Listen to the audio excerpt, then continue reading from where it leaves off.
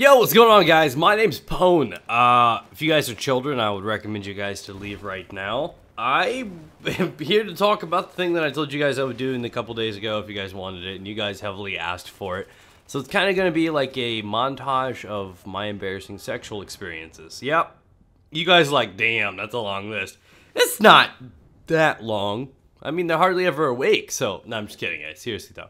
Rohypnol. Anyways, so... we're going to start off with the whole, my virginity story, how I lost it, and the kind of mood and everything. There's a beam story, a redeye story, and a watery eye story. So we'll talk about this, guys. So this should be a long one. Many of you guys should enjoy the stories if you've heard them before. Some of these may be new to you. So let's start first things first. I lost my virginity, and Will Smith was in the room. The Fresh Prince was there watching me become a king. I was kind of like, okay, whatever. So the night started out like any other. Me and her were hanging out on the couch. We were watching a movie. I think I was making her watch The Chronicles of Riddick because bitches love Riddick. She hates that movie to this day. Will never forgive me for that. I like it though. He has pretty eyes. So I'm watching the movie, and all of a sudden she just like turns at me. And this imagine her from up until this point in our relationship, the 6 months we were together. She never once was aggressive. She's super shy, doesn't talk, anything like that. She turns around and just grabs me and takes me, and I'm kind of like, the fuck? But without words and enjoying it. And I'm sitting there like freaking out because this is an entirely different person. Like Amanda's dark passenger just came out and strapped me to a table and had her way with me. That's just kind of what happened. So she attacked me, and I look her in the eyes, and I'm like, babe, you know you're being a little bit too aggressive. Because she's got, you know, a father in the Navy, and she's got a religious family, works at a religious school now and everything. And I know their beliefs with, you know, waiting for marriage. And I told her I'd wait for it.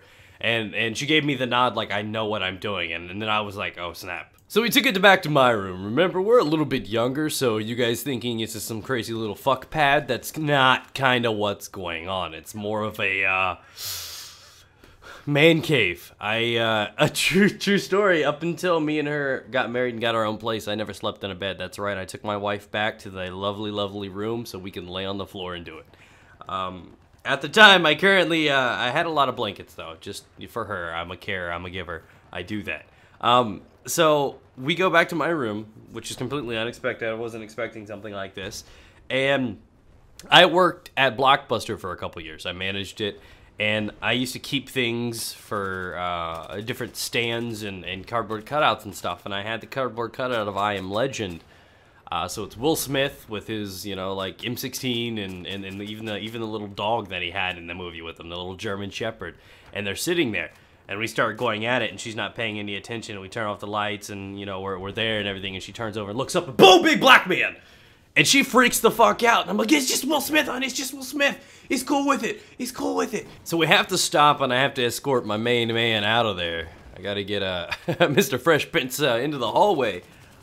Weird story, though. She wanted to keep the dog in there. Weird, right? I don't know. No, I'm just kidding. But that's just kind of what happened. It always served to be a funny story to explain to people that, I lost my virginity and Will Smith was there. You know what I mean?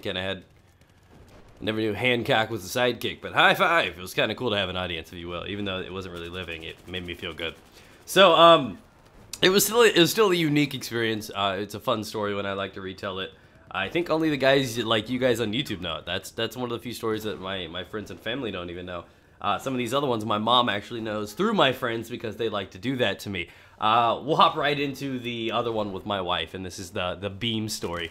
So, me and her were downstairs because we moved new houses, and my area was in the basement because I was already doing YouTube at this time. So I needed like an office away from everyone where I can make all the noise and break all the shit I want and be me.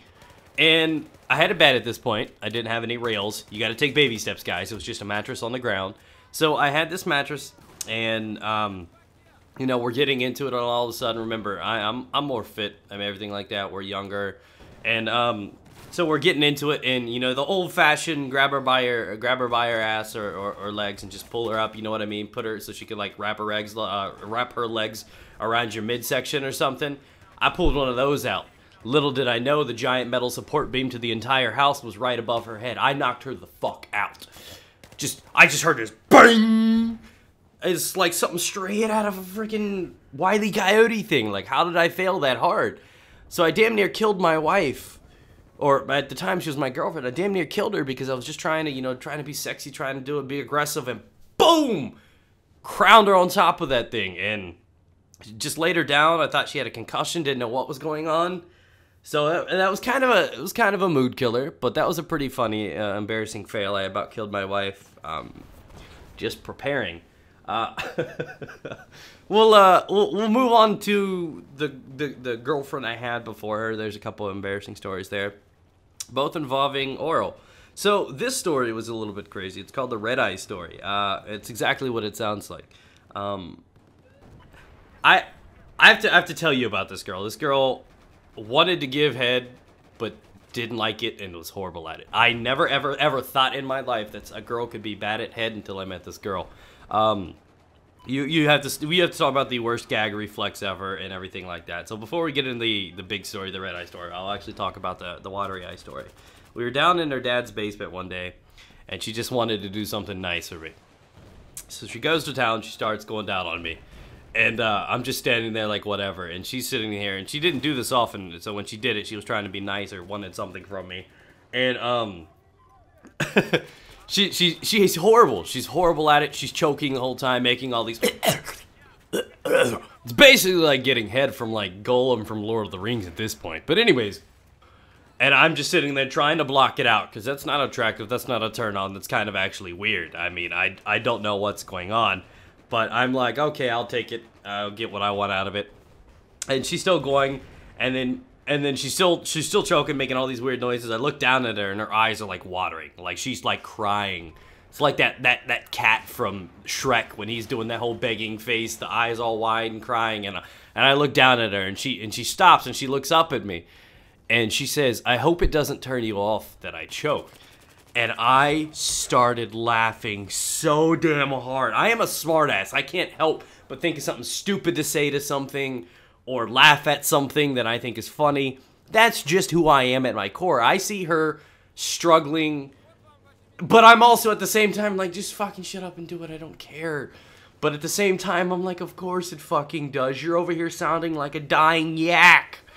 And I'm sitting here I started laughing. She felt offended. She never did it after that day. I kind of fucked myself with that one, but it was pretty damn funny. I'm a smart ass through and through. Even during moments like that, I can't help but laugh and be a dick. And then we'll move on to the red eye story with her. Kind of continues the same thing. She got a little better. Actually, this was before this story because that was the last one. But beforehand, I was actually laying down. I think it was the first time she ever tried doing it. And we never had the talk, like, do you swallow or do you anything like that. That was never a thing. I mean, you're younger, you may not do that. We were like our first sexual experiences together.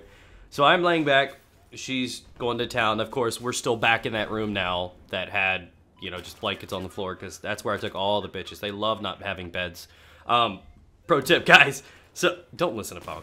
So I'm laying there, not paying any attention, eyes closed, just chilled back, arms back. We got the whole little butterfly position there. I'm like, yeah. Good. It's gonna be a good day.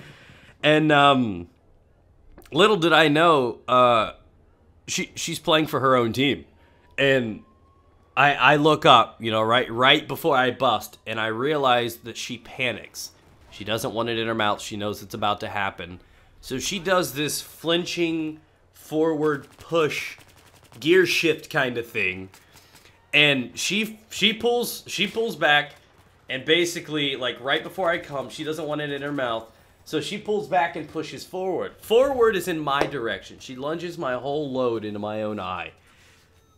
It burnt like a motherfucker, dude. I jizzed in my own eye. It wasn't my fault. I can't even get out of this. It hurt. And first instinct is to grab and scoop and try to clean it out. No, that makes it worse. Pro tip, guys. Aim for the ceiling. Eyes hurt like hell. So, I was sitting there, embarrassed, didn't know what to do. I mean, there is no training manual for how you do that. How you get that out, how you clean it or anything like that. So I panicked. I just grabbed a towel, just did what I could, went into the other room, went into the bathroom, and my eye is bloodshot red. Like I just burst a vessel. This thing is just crazy. And from that moment on, I told that story to my friends, and the nickname Redeye came to me. And throughout the rest of my childhood, where I was, you know, teenage years, not childhood, my teenage years, I was hanging out and I would meet new chicks, and this was like my neighborhood name. So, you know, I'd meet this chick, I'm like, what's going on? And I remember this one story, her name was Brianna. And she's like, hey, what's up? And I'm like, I'm Dustin, what are you doing? And she's like, oh, that's nice to know. And then my buddy comes over, he's like, do you not know Dustin? And I'm like, no, we've never been introduced.